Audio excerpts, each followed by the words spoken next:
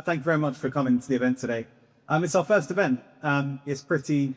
Oh, is there a clicker slide? Thanks. It's our first event. I was sat there at Lenovo with Matt and Aidan and the team. Went, should we hire a football stadium and put the event on? And we have, and here we are. It's pretty exciting to do. The whole point of today is that we're helping businesses work through the AI challenge at the moment. We've got a whole host of speakers. We've got speakers from different industries, different sectors. We've got some of our business partners, some of our friends. This is not a sales day. We're not here to pitch your business. We're not here to pitch services. Ultimately, if you'd like to work with us afterwards, that helps us out. So we can do more of these events, but it's just a day to try and help you get something from. You've seen I never get nervous talking on stage, so that's my first event doing. You've seen the lineup for today on here, but I'm going to be talking around what businesses are doing around AI strategy, what that means for businesses, what they're doing that are working, some of our clients, what they're doing that's working quite well, how to avoid some of the pitfalls that means it probably won't work. But I'm going to start off by saying that at the moment, the world of AI is overblown. And Hello AI as a business exists just to help companies use AI in a better way. But it seems that every single day there's a new technology that's released, there's a new add-on. In the last 2 weeks, Claude has gone through the roof. You've got Claude Co-work, you've got Code, you've got integrations. Copilot's burst onto the scene 2 years ago and has changed the way we look at AI. But every single week there seems to be new updates. Every tech vendor needs to have a new update, be pushing out. LinkedIn, it seems that every single day on LinkedIn, there's a new feature, new tool. Everyone's using AI in the best way. Everyone's using AI to transform it. However, no one's actually telling you what they're doing. It seems to be we're in this very weird cycle on it. And to be completely honest, this is all I do, but it's just a bit overwhelming. You know, we're at the forefront of using AI across businesses, but we can't even keep up with the changes sometimes. So a bit around why we formed the business and what exactly we do. I was at Microsoft for 8 years. I worked on every tech stack possible from Azure, One Workplace, security, right the way through COVID, helping on One Workplace there and introducing things like Teams. Went over to TikTok, so I was head of EMEA compliance at TikTok and their headquarters based in London. And we looked at the implications of using compliant AI usage in businesses. Went back over to Microsoft when Copilot launched and helped launch that. And spent a year and a half just helping distribution build their AI services. So adoption, technology, data. In short, I'm just a nerd. I love data. I love compliance. I'm really going to keep this not a death by PowerPoint. I'd rather just talk to you about what's working with our clients, what's working with some of the partners we work with. But you can see it here. I find myself all day long talking to businesses ranging from 2 people in a business, working to our biggest client, 27,500 users. When everyone is doing the same thing. I feel sorry for CEOs, CFOs, CTOs, anyone that's in charge and has a C in front of their name, working out what the point of using AI in the business is.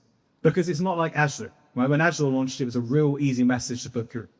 Azure is cloud data. We migrate to there and it's cheaper than having it on-prem. You can scale, you can downscale.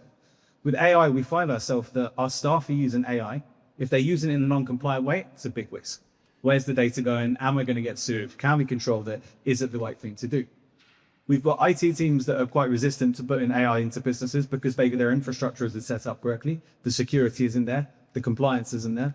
So it's not always an easy to manage solution. And it's not always easy to roll out solution either.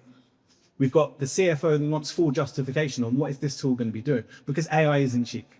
You know, if we think about it from the single seat subscription, that could be 20, 30 pounds per person. That's really cool. If you have a 10-person business, a 100-person business, it's kind of manageable. If we start dealing the enterprise customers, are we looking at maybe spending 20 or 30,000 pounds a month? At some point, someone has to say, where is the benefit of using this? Because if we're just using it in the sense that we need to stop our staff risking our data and risking the way that our business is perceived from the outside, where does the edge come from? And that's all we do as Hello AI. I was watching a podcast yesterday and our name came up in business and someone described us as the Chandler Bing of the AI world. No one actually knows what we do, but we just do it. And if you look at where we've gone over the last 9 months, we're only 9 months old as a business. As we stand now, we have now got presence in Houston. We've got an office in Dubai. We work with some of the biggest companies in the world. So thank you very much to Microsoft and Lenovo for supporting today. But we work with, alongside Microsoft and Lenovo, to work with their clients, some of the biggest customers, some of the coolest customers, and we help unlock AI. I'm going to tell you a bit more about that. We've got clients such as Monster Energy. Again, it's one of our first clients and one of my proudest clients to have because it allows us to do really cool stuff with a really cool brand. We then partnered with Sage. So Sage we work with on a real close basis in the accounting world. We've accidentally explored into that. We've accidentally exploded into oil and gas out in Houston, hence the Houston presence. And I say, as we stand 9 months later, we've now got 5 staff from the UK, we've got 3 in the US, we're about to open an office in Dubai, and it's just exploded. but no one still knows what we do. So it's real simple what we do. We do one thing to start with. We work with businesses over a period of 2 weeks, and at the end of the 2 weeks, you get a nice report of every single thing that AI can do in your business, all the compliance you need to worry about, how hard it is to integrate your current AI stack into your existing tools, whether from a finance point, ERP, CRM management, and then on top of that, we give you the rollout and walkthrough strategy. That's what I planned to. When I started the company, I didn't actually know what I wanted to do. I just wanted to talk about AI, but this is where we fell into. And it seems that it doesn't matter the size of the business. It doesn't matter the industry. It doesn't matter whether it's sports, accounting, transport organizations, FMCG, manufacturing. The theme seems to be the same exactly every single customer. We don't know where to start. We don't know where the justification is. And actually, after we've dropped 50, 100, 200,000 into it, how do we make money from this and what can it do? Because again, it goes back to my first point. Nobody really understands the full benefit of the capabilities. They just know it's great to do something. And it can be as simple as stuff such as just organizing the data. It can be something as simple as just being able to create content. But the implications and the actions we're having in businesses now are kind of super spectacular from there. The other thing on here, experimenting with our strategy and then also buying tools that no one uses. I'm seeing this a lot. And a lot of the Copilot rollouts we did, it's such a great tool. I love Copilot. I'm a Copilot fan. We're a stand up the hill. It's one of the best tools out there. As a general tool we can use, it's absolutely fantastic. But where I saw that the adoptions and the implications didn't work is when people were just expected to use it and go, I can use it now. And I see it all day long. I myself the same as that. If we get a new tool and I haven't been fully trained on what it can do, where it fits in, how I work with it, I just tend to let it slide off. I don't like changes. The reason I've never moved away from iPhone, and when I was at Microsoft, they gave me an Android. I had to do a screenshot and put it down and never touched it again. Right? It's the same with businesses. It's going to keep going like that. So here we are. We talked around this. The biggest thing I do want to say is we are not another consultancy that we'll see. I don't even know if we are a consultancy at this point. We are an entity that just exists that keeps kind of growing in different directions. But we're not consultancy. We're not low heavy in the sense of we don't have a load of junior staff that we come in and talk the talk about AI and then we let people deliver. Who you see on stage today, myself, Rob, and the rest of the team are the people that actually do the work. Between us as a business, we've got like 100+ years of experience in the digital change, transformation, our big brands. And we don't outsource anything we do. So who you see is what we deliver or is going to deliver your stuff. We are partnered with the biggest clients to bring us in, help us out on there as well. Me and Rob's come up next.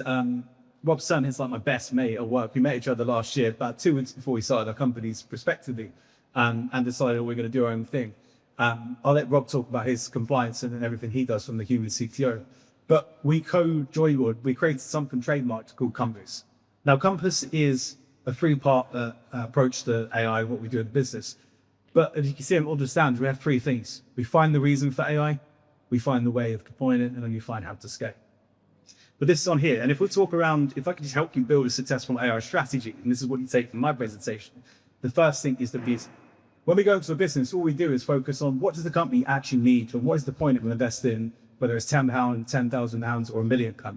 And the way we do this is we sit with the C-suite of traditional AI consultant way, but some of the biggest impacts we've seen in businesses, if we think outside the box, and what invest can we work with out in Houston?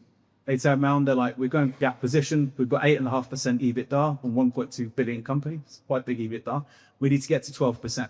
So every single thing in that engagement that I now do is to work out how do we increase their EBITDA. And then we start breaking it down. So we speak to the CEOs and CFOs and CTOs. Then we approach the middle management. What is the bottleneck in your department? You know, if we're in sales, what is stopping you selling more? What is stopping you increasing that profitability? And for the company out there, we worked out actually their time to quote as a distribution was about 3 hours because they've got 13 data sets they have to go to. They've got 4 different chains of command. They have to go to the data and make sure that the quote aligns from inside sales, external sales to distribution to shipping. In the 3-hour time slot, they were losing about 60% of their business because a competitive could turn it down on one. So the whole focus on that business end from the sales perspective is how do we get them the data quickly? Plot twist, AI is nothing more than data analysis. If you have good data, you have it in the right places, you can act on it really quick. It's also data manipulation. How do I take that first bit of data and get it into the way that I need it? Right? So everything in that mindset. And the other thing I'd also say that AI, which I get asked a lot, AI is not artificial intelligence, it's not AGI, it's not that. Technically it is. AI just makes you good at something you're not good at. Simply what it is. From my point, it makes me good at administration or better administration. It makes it so the companies like Sage and Phil don't have to ask me to give them invoices so they can pay me because I forget sometimes. And it helps me with my meetings, helps me in there. If we start looking at it from a technical development point, actually it allows us to scale massive applications wide very quick. So if we take it, the data is going to put all this source in, what do we do here? So we go through, we break down every single process that matters to that. What is the process of getting that data from the sales point into the customer's hands? And at this point, we're not AI consultants, we're process consultants.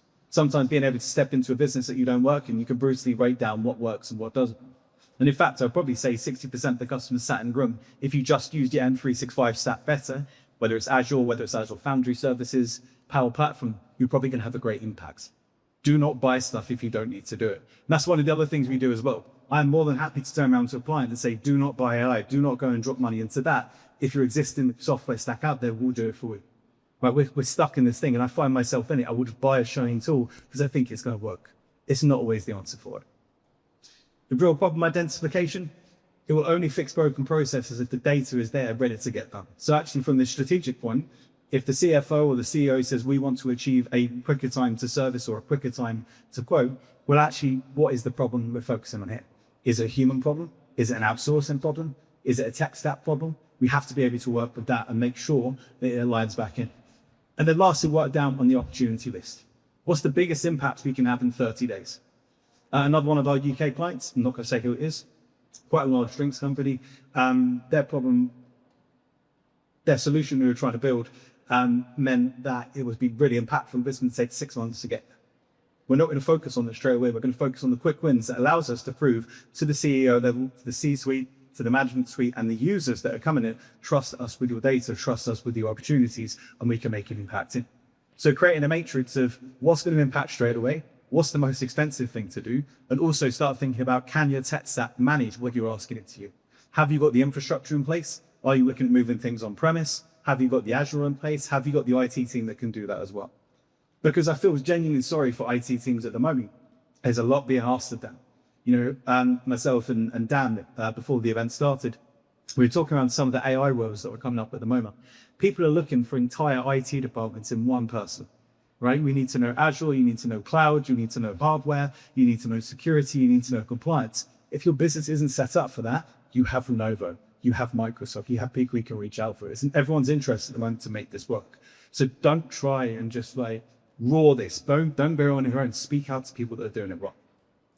The next thing we look at is the solution.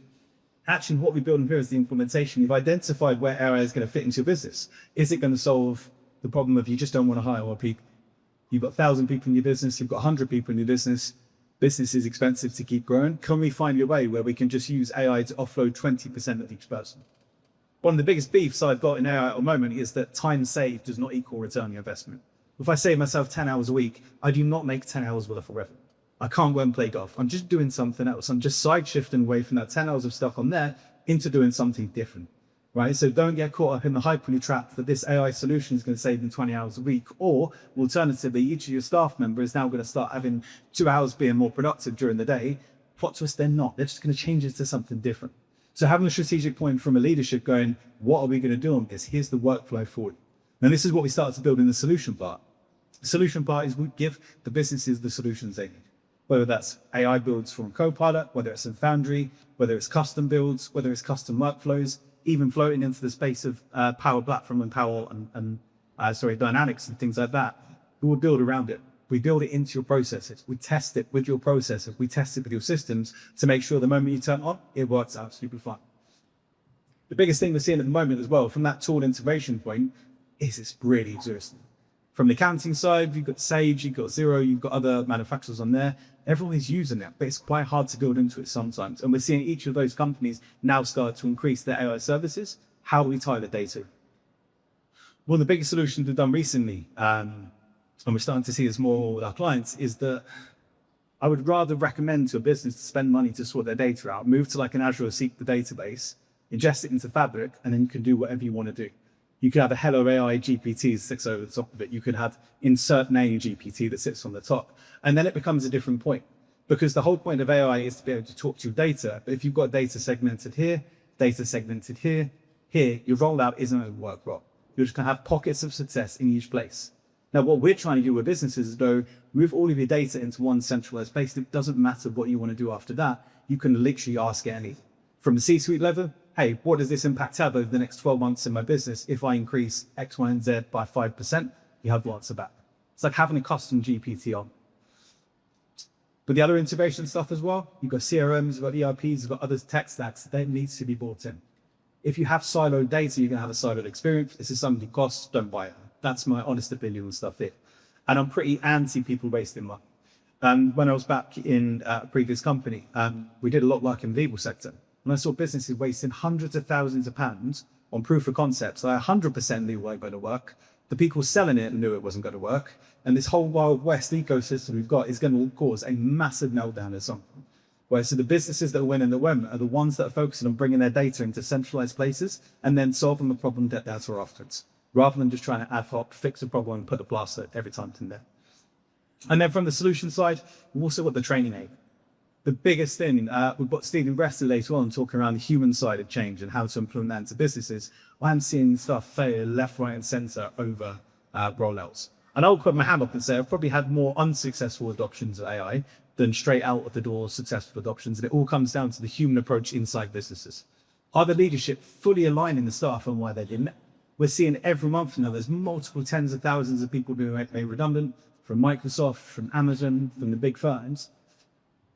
Genuine question, if any one of your bosses turn around and say, can you start using this tool that's going to save you 60% of your time, you're not going to use it, right? Is there the fear that we're going to be made redundant? Is there the fear, what do we do with the spare time?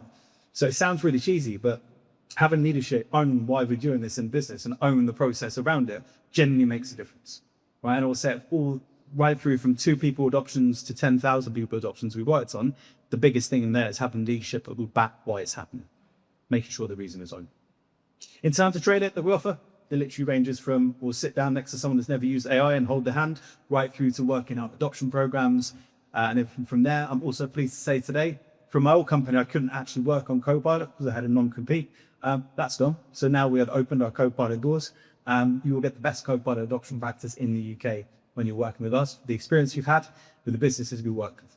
Right, so from the Copilot side, whether that's custom builds, Copilot Studio, moving into Foundry, whether it's one-to-many training, one-to-one training, everything from there, we can provide that. That was a block. That was me trying to sell something.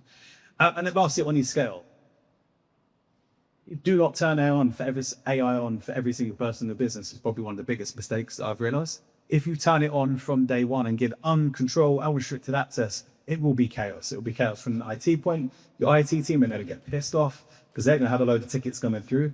If people can't track why it's not working, because if I use a tool and it doesn't work, I'm not going to use it again. But if you use a tool, whether it's custom build, whether it's Copilot or any other solution out there, if it's not working, you need to track why is it not working. And it's a simple problem. Well, it's a simple solution. It's either a data problem or it's a human problem. There's the only 2 things it can be because the tools work. But if I ask it a question and you get a bad result back, it's because the data isn't set up correctly. How do we manage that? How do we look at that from a proof of concept point? It's real simple. If it's not working from a training point, okay, if the same thing keeps coming up, you have a training problem. Train your staff better, invest into training. Whatever you've invested into AI, take a portion of that, put it into the training of the tools on top of it as well. So on our scale side, what we always recommend is, I'll take the oil and gas company in America called Relevant. We went to them, we spent 2 weeks in the business and we just took 2 or 3 people from each of the departments. I will never take the management. I will never take high level staff. I always want the people on the ground doing it. I will also say from an adoption point, do not just give this to senior leadership. We expect a successful proof of concept because senior leadership are kind of out of touch with what's happening on the ground. And I say that now as a person who runs a business. I do not know every single day what my low level and my staff are doing. However, I know what the outcome is. So if I want to implement a tool, whether it's based around CRM, sales, I'm not the person to drive that. It is very rarely do I use that tool. However, if you've got Lewis or Sean or any one of the members of the teams there, they're going to be using that day in day. Right, so taking pockets across each department, HR, sales, IT, manufacturing, if you're from there, taking 2 or 3 people and just understanding fully what their problems are. And the biggest question to ask is what stops you finishing your work at 5 o'clock? And that could be anything. It could be an overload of inquiries. It could be an overload of CRM, of sales, of anything around there. That's the problem you want to fix. And if you take those 2 or 3 members, what you can start doing is working out where the data sits. So if I'm working with sales, for example, sales normally have access to the sales function, to a few others. That's great. You can fix their data. You can start with targeted sections on. If you then work with HR is a bit of a bigger beast. They normally see everything. But at least you can start working on pocketed data scales And once you've worked out exactly what that department needs, you can then roll it out to the rest of the business.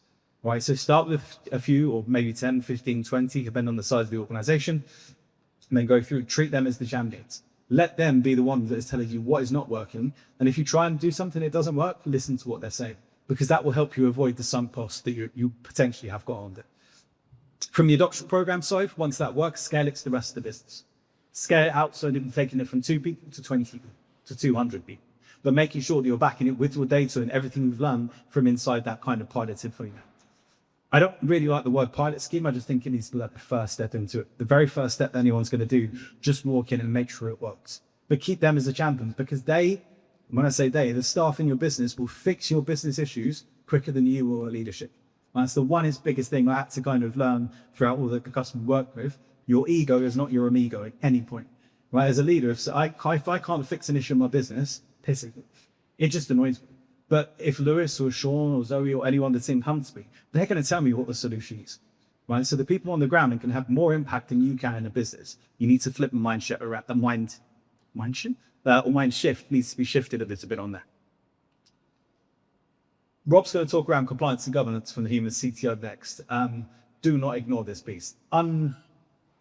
Unrestricted AI access is a very bad thing. We are not seeing too much at the moment, but there has been huge implications probably the next 3-4 years. Am I right with? Yeah. With AI usage. When I see businesses just using things like ChatGPT, but the free versions or the free versions of stuff, there's always like a head in hand moment. How do we mitigate against that? Because your staff are doing, everyone's going to be doing it. My mum, God bless her, she has to phone me how to install an app on her phone, but she's using ChatGPT. So that's the level of where we are with AI. Then we need to start working on stuff like that. My mum's best friend is actually sat in the crowd, so please don't tell my mum I said that. So, and my dad's actually here as well. So yeah, so you've got the compliance, you've got the adoption, but always just remember that the staff are the ones that want to fix their own problems. And I think it's in problems, it's almost, they want to fix their inefficiencies. Right, tech at the moment has got a bit stale before this, so it's the same kind of stuff coming out, but now we've got a revolution like we've never seen. So being able to come through around that and kind of fix that problem, it makes quite a sense to do so. 3 things on here. What can AI do for you? It's not just a productivity boost. I hate the fact it's productivity boost to do so much. If you need to not hire more people, it's the tool to do. If it's you want to increase your EBITDA and your profitability, it's absolutely the tool to use. If you want to target markets you've never gone into, it's absolutely the tool to use. If you want to stop outsourcing to different businesses, it's absolutely the tool to use. But if you actually do a focus down on the business and say, what is stopping you making more money? Because ultimately that's what we are in for business. Unless you're a charity, that's not. But in business, all I want to do as a business is be more profitable. How can I increase my output without hiring more people to do so? Or quite frankly, if we're going to talk about this, the state of the talent gap you have at the moment is ridiculous. Right? If you want to go out and hire a full AI developer in your business, whether it's data scientist, good luck finding someone for less than 150,000. Right? Because that person is an absolute warrior when it comes to skills. They have the Azure, they've got the security, and they've got the development. They understand infrastructure, they understand the deployment, they understand all this other stuff that goes around it. I don't understand how this is going to catch up in a business point. And it's probably where we've started quite nicely into businesses, because we just jump in and do one thing for them, then step back out afterwards. So it's almost like a gun for hire when it comes to AI. But if you want to hire your own self to do it, and we're going to hear today later on from a couple of speakers around this, good luck. Because you need too many skills, and it's going to become very expensive to do so. But when we start looking at things around how we mitigate against that, vibe coding, do we vibe code? Do we find a way that we can build our own solutions and services 80% of the way, then speak to specialists in doing that? Probably a really good way of doing it. Can we find people that are actually really interested in AI and development and some of the technical side of stuff, and empower them to be able to build solutions? Absolutely. Would you trust that person to then go and deploy it to the business? Please don't. And I was working with a business out in Houston, and they moved away from their CRM. It's quite a big business. They're like $300 million revenue. And he turned around, he's like, I've built an entire replica of the CRM on Claude. I'm going to deploy it. I was like, do you understand back-end technology? He's like, no. I was like, it's going to be really good, but it's not going to work. 2 weeks later, I get an email saying, can you help me? Question mark. I was like, okay, what's the problem? He's like, nothing works. But it looks good and it looks shiny. So the fact he's been able to go out and build his own solution, absolutely curious, and hats to that. It's just finding someone that's going to then do the thing afterwards for you. But it's a bit like languages or translation.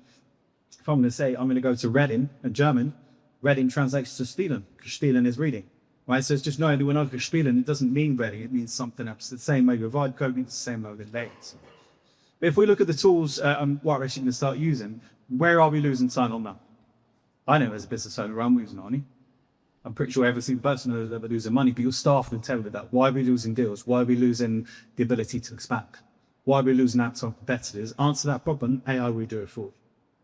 When I speak to businesses and they tell me, go, can you do this? The answer is yes. I do not care what we're trying to do. We will do it as long as you give me the data to do so. If you give me the data and I'm restricted access, we'll build you anything you want. Do not go buy a CRM system, invest in the data, replace it with an all singing, all dancing speech data from there. Stop spending hundreds of thousands of dollars on different X, Y, and Z systems, build your own data around it, and then that's what the future is going to be.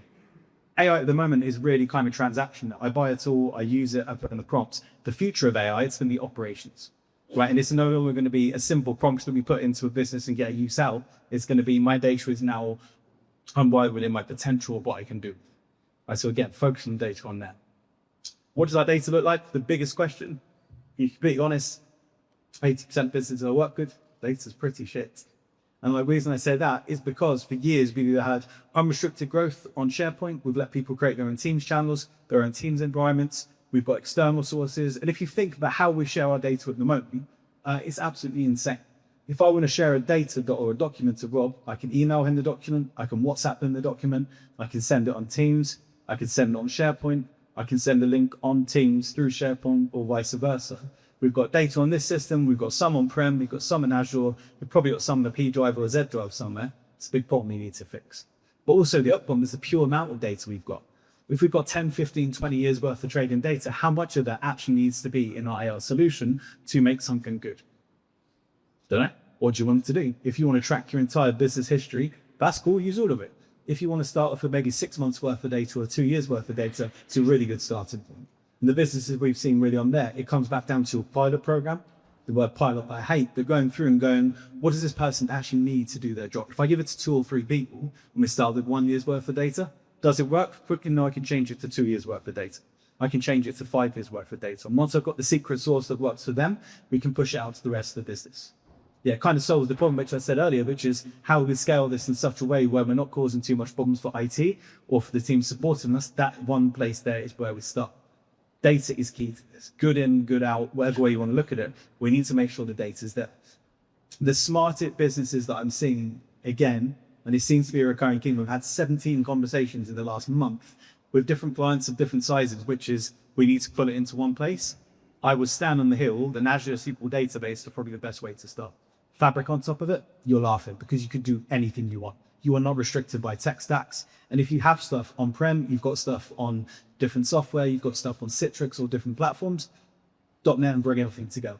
Genuinely come and speak to us around that and we could just advise you and tell what we've been doing because then your potential is through the roof. It changes the way we behave on that. Then lastly, who's going to own this? This is a problem I have not worked out how we fix because this is not an IT business.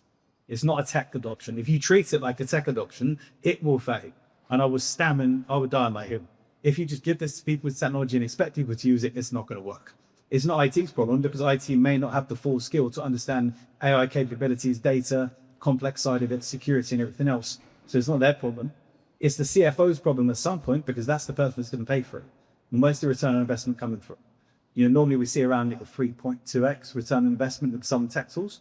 That's cool. AI comes up by 100 and you can't get there, but this also can be the biggest sunk cost that we'll have in business if you don't work out what problem we're trying to fix. We have to work out the volume first. So now it's the CFO's problem, it's IT's problem. The CEO of businesses, I'm finding that the CEO of the C-suite team and normally walk out going, I need to use it because my competitor's using it, or we need to retain staff or attract staff, or actually I just want to use it because it looks cool. That's a problem in itself. Because how do we go against that? How do we push back and go, actually, we need to stage this out? So it becomes, it's like the council elf. If anyone's a nerd like me from Lord of the Rings, that's what it's like. You need everyone. You need the elves, you need the orcs, you need them all to sit down and go, this is what we do. And this is how we're going to approach it. And each person needs to own something separately. But you need like that one, either one department and one person to really take ownership and make sure that everyone's seamless. Every single person we see on the stage today from either company is able to do that. Speak to any of us.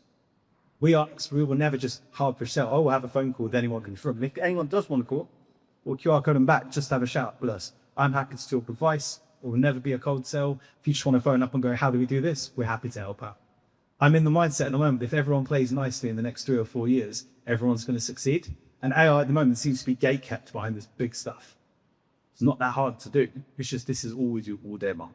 Right, so if we can remove that gatekeeping of data, gatekeeping of success, we're happy to help out. Lenovo will stand in, will help anyone out. Microsoft will come and help out. The human CTO will come and help out. There's everyone on this stage here. Only focus is to help businesses use AI in a better way. So if you have a look at this, why are we losing time and money? There's a manual data and entry and reporting. Bang, AI will fix that. Email triage and customer responses, it will fix that. I wouldn't fully trust it to start doing it all. When I see ethically, we will not work with businesses that want us to build AI tools that either replace staff or replace entire departments. And I'm always intrigued when I see businesses go, hey, we've just got rid of the sales team.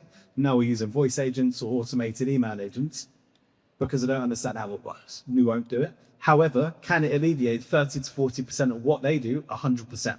When it goes down to search and retrieval, it's the biggest point up there.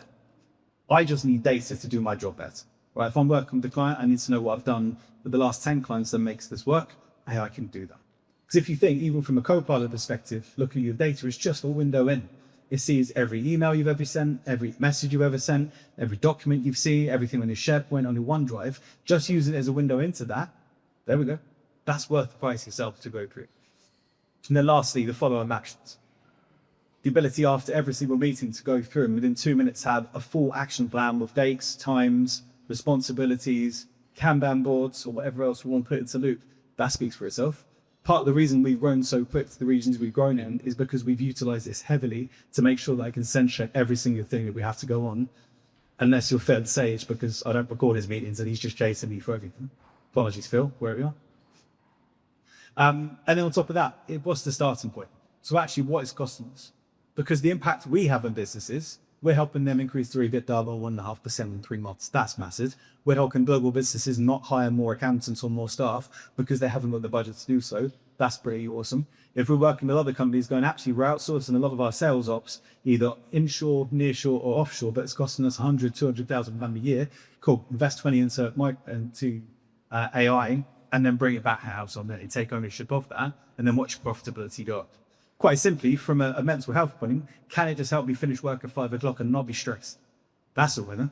And a bit of a mental fact, if we can save ourselves 12 minutes a day over 5 days, it's 1 hour a week. 1 hour a week for 48 weeks is 48 hours. That's an entire work a week from not just doing one thing. Right, the biggest prompt I have in Copilot, because I love Copilot, the biggest prompt I have every morning is I get an email at 8 o'clock with every single meeting I have for the day, every document around that meeting, why I'm having the meeting, what impacts the meeting before that, what the customer wants, and what I need to get out of it. That means I can travel, I can do whatever, but every morning I'm myself for success. Start thinking of that from an organization point, what problems does that then solve? If we have a look at what does our data look like, data quality. Is it accurate? Is it consistent? Is it up to date? Probably the answer is no on that one. Work with data teams to get it done. You don't need to go and hire a data scientist. You need to hire someone that fully understands the structure that needs to be ingested into. When it comes down to data access, can it actually go there? Is it on spreadsheets? Is it PDFs? Is it on-prem? Is it on your data systems? Is it somewhere else? Something you have to think about. Just turning that system on and expecting it to do it, it's not going to pull the data in. It goes back to the whole point of having the pilot where it works, and you can go and pull that data from there. And hey, if it's online, it exists, we could put into it. There's not a system yet we haven't managed to access into. We'll have to use some dark magic behind it and start putting stuff out first or building APIs. But if it's on the internet, if it exists, if it is a data point, 100% AI could fit into it. I say that because I'm not the one that has to build it. Rob has to build that, but it is possible to. And lastly, your governance. Actually, what data do you hold? What's the liabilities off the back of that? Where do you get that from? Where did the safe loan come from when it comes to not leaking data out? What is the retention policy off the back of it? Rob will cover this in his next session. But the whole data piece in there, where does it live? How do we make sure it's secure? How do we make sure we don't leak data? What happens to it once it's been put online? And the lastly, who's going to win? You see on the end. Champion teams, I would 100% recommend on everything. Champion teams allow you to let them lead it. You can spend more time training them and more time working with them to being a spokesperson inside their department. It works. It's quite a simple way of looking at it. And like most tech products that we adopt, we need to make sure that we now have pieced out. Get that little council together. Mix of senior leadership, people that are quite junior, people that just got an interest into it, right? If you ask someone who's using AI in the business, whoever puts their hand up is the person you want on that champion program, because they will fix the issues quicker than you'll be able to stick. Someone having a trusted place to be able to escalate blockers to leadership, ones that are turning over and this isn't working, actually this isn't the good solution that we're using, embrace that. Just embrace it. If they're willing to turn around and give you that feedback, make sure you're going from there. And then lastly, make sure you have an attached outcome that you need on it. So for me, if I want to increase EBITDA, the way I'm going to increase EBITDA is taking time to vote down by 30%. That is a target. If I hit in that 30%, great. If I'm getting to the end of my month or 2 week or 3 week and I'm not hitting that 30%, it's a tech problem or a people problem. So how do we deal with that? And if it's a people problem, it's a training point. We then train more or we understand it. If we're trying to just say, look, we don't want to hire more people because we can't afford it, cool, that's a really good way to measure it. But what then comes against that? Well, if we don't want to hire more people, does that mean we have to reduce times by 2 or 3 hours in this process? How are we tracking? If it comes down to we don't want an offshore business or we don't want an outsourced business, but what's making us do that? It means that our staff have too much work to do on this front.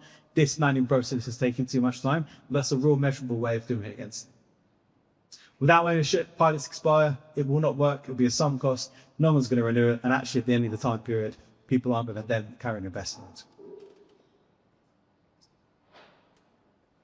I've talked about co-pilots. I'm not going to talk about that. I want to go off script. Is genuinely from all the tech I've ever worked on, and I am all nerd. I love every technology that's out there. Sit till 2 or 3 most mornings just watching videos around AI or seeing what people are doing with it. AI genuinely, I've never seen a technology like this. And the fact that we're 9 months old, we hired Football Stadium, which is pretty ambitious, especially after the date change. I was genuinely worried no one was going to turn up. So thank you for everyone turning up. I've never seen a tech stack out there that has the ability to impact so many people from any point. If it's just about making more money, it can do that.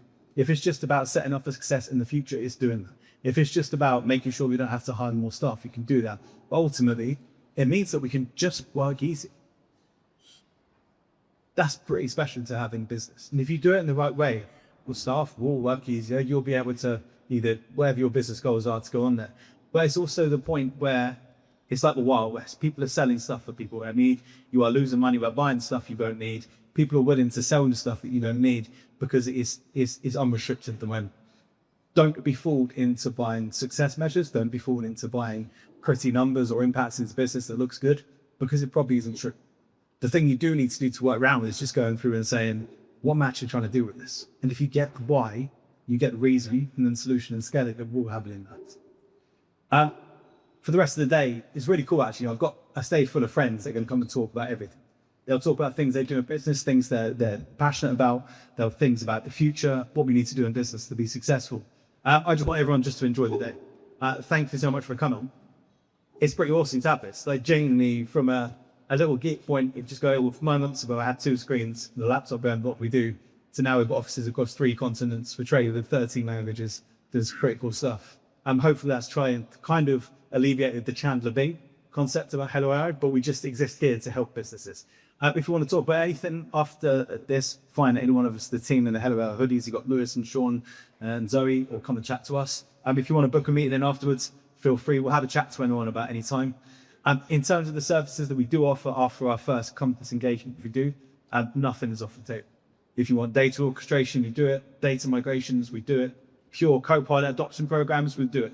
From proof of concept point, we'll absolutely do that. People like Lenovo and Microsoft will come in, we'll do hardware evaluation, we'll do proof of concepts on different tech stacks. We'll come and do things such as local models, cost comparisons, because we can run in the cloud onto there. If you want someone just to come and sit with you and go, what's the reason of doing it? We do that as well. So from that full stack of if you're thinking about AI, we're happy for you to, we've got it and we don't know how to make it better, please give us a shout. That's why we exist. Thank you very much. Enjoy the rest of the day. And yeah, cheers.